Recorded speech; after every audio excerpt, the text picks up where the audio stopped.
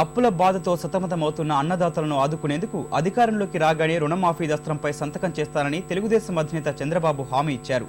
వ్యవసాయానికి 9 గంటల విద్యుత్ సరఫరాతో పాటు ఏడాదికి 10 గ్యాస్ సిలిండర్లు ఇస్తామని స్పష్టం చేశారు. వస్తున్న మీకోసం యాత్రలో భాగంగా కర్నూలు జిల్లాలో ప్రవేశించిన చంద్రబాబు ఇవాళ ఆలూరు నియోజకవర్గంలో పాదయాత్ర కొనసాగించనున్నారు.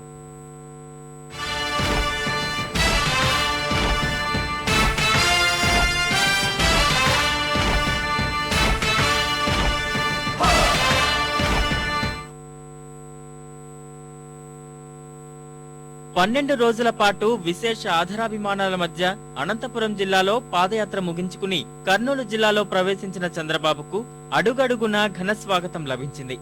గుంతకల్లు పట్టణం నుంచి ఆలూరు నియోజకవర్గ పరిధిలోని చిప్పగిరి వద్ద కర్నూలు జిల్లాలోకి ప్రవేశించిన బాబుకు జిల్లా సరిహద్దులో మహిళలు హారతులిస్తూ స్వాగతం పలికారు. చిప్పగిరి నుంచి కుందనకుర్తి మీదుగా చంద్రబాబు బసన్నబావి చేరుకున్నారు. అప్పటికే అక్కడ భారీ సంఖ్యలో గుమికూడిన జనం చంద్రబాబుపై పూల వర్షం కురిపించారు. అక్కడ నిర్వహించిన బహిరంగ సభలో మాట్లాడిన బాబు కాంగ్రెస్ ప్రభుత్వంపై విరుచుకుపడ్డారు. రాష్ట్రాన్ని 9 ఏళ్లుగా కాంగ్రెస్ నేతలు దోచుకు తింటున్నారని ధ్వజమెత్తారు. ఇప్పుడు కరెంటు లేదు, తిండికి లేదు, ఉద్యోగాలు లేవు.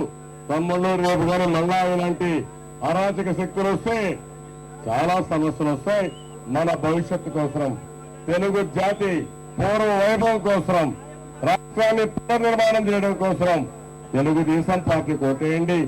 తప్పకుండా మళ్ళీ ఈ గాడి తప్పిన పరిపాలనని ఘాట్లో పెడదాం. మన సమస్యను తీర్చుకొని మీ అందరి కళ్ళలో వెలుగు చూడాలనేది ఏకైక ధ్యేయం తప్ప నాకు వేరే ఆలోచన లేదు. ప్రజలు కష్టాల్లో ఉండటంతో హైదరాబాద్ లో పడుకుని నిద్రపోలేక స్వయంగా ప్రజా సమస్యలు తెలుసుకునేందుకు ఈ నిర్ణయం తీసుకున్నానని చంద్రబాబు అన్నారు. 9 గంటల విద్యుత్తో పాటు రైతులకు రుణమాఫీ, పేద ప్రజలకు సంక్షేమ పథకాలు అమలు చేస్తానంటూ భరోసా ఇచ్చారు. సమావేశానికి హాజరైన వారి నుంచి సమస్యలను అడిగి తెలుసుకున్నారు. బ్యాంకులో మీ రుణాలను పూర్తిగా చేసే బాధ్యత తెలుగుదేశం పార్టీ తీసుకుంటామని చెప్పారు. మొదటి సంతకం దానికే పెడతాం, నాకు అనుమానం లేదు.